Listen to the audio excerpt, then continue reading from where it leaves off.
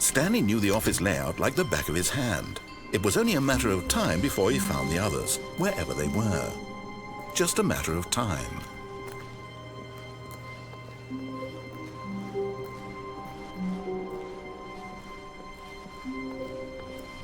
When Stanley came to a set of 2 open doors, he entered the door on his left. This was not the correct way to the meeting room, and Stanley knew it perfectly well. Perhaps he wanted to stop by the employee lounge first, just to admire it. Ah, yes, truly a room worth admiring. It had really been worth the detour after all, just to spend a few moments here in this immaculate, beautifully constructed room. Stanley simply stood here, drinking it all in. But eager to get back to business, Stanley took the first open door on his left.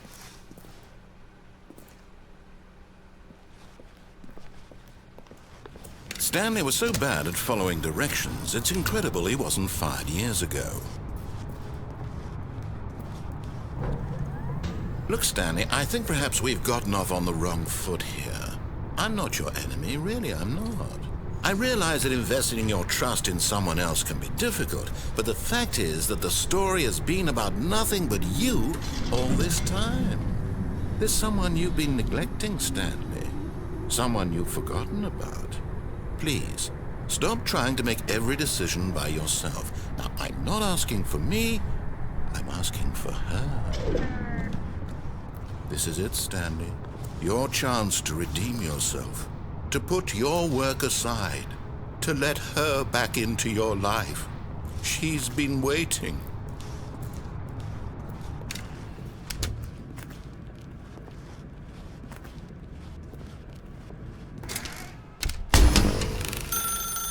That's her, Stanley.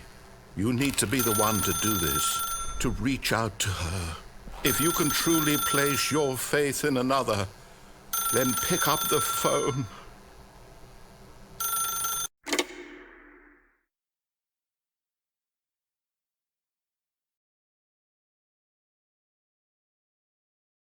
Oh, Stanley, is that you? Hold on, sweetie. Sorry to keep you waiting. I'm just pulling the bread out of the oven. All right. Okay, there we go.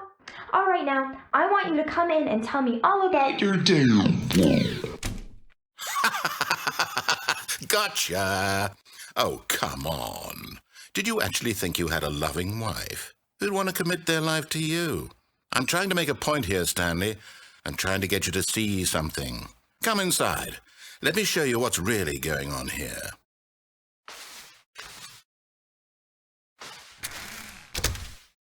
This is a very sad story about the death of a man named Stanley.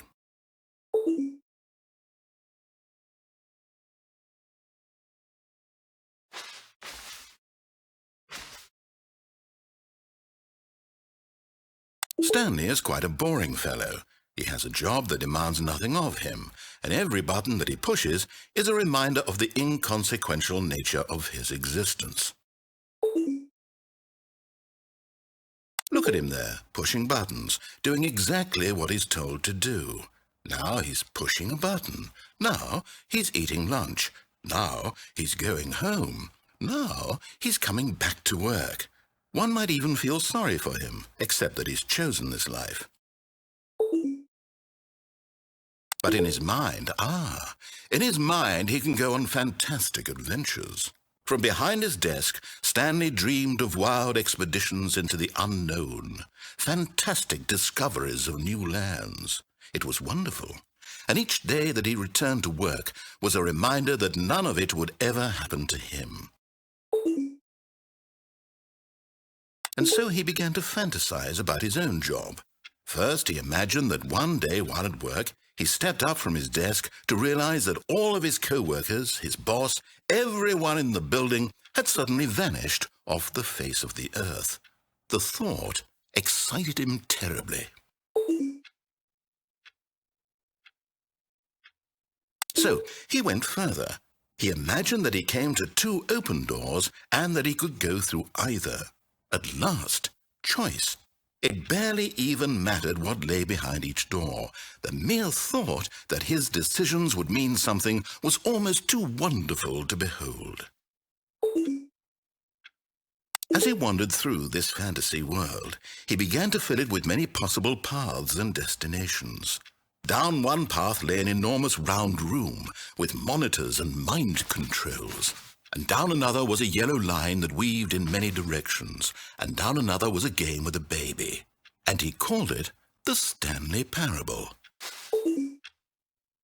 It was such a wonderful fantasy, and so in his head he relived it again, and then again, and again, over and over, wishing beyond hope that it would never end, that he might always feel this free. Surely there's an answer down some new path, mustn't there be? Perhaps if he played just one more time. But there is no answer. How could there possibly be? In reality, all he's doing is pushing the same buttons he always has. Nothing has changed. The longer he spends here, the more invested he gets, the more he forgets which life is the real one. And I'm trying to tell him this, that in this world he can never be anything but an observer, that as long as he remains here, he's slowly killing himself. But he won't listen to me. He won't stop. Here, watch this. Stanley, the next time the screen asks you to push a button, do not do it.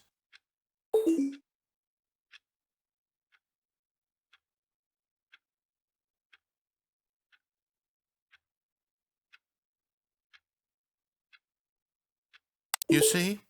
Can he just not hear me? How can I tell him in a way that he'll understand that every second he remains here, he's electing to kill himself? How can I get him to see what I see? How can I make him look at himself?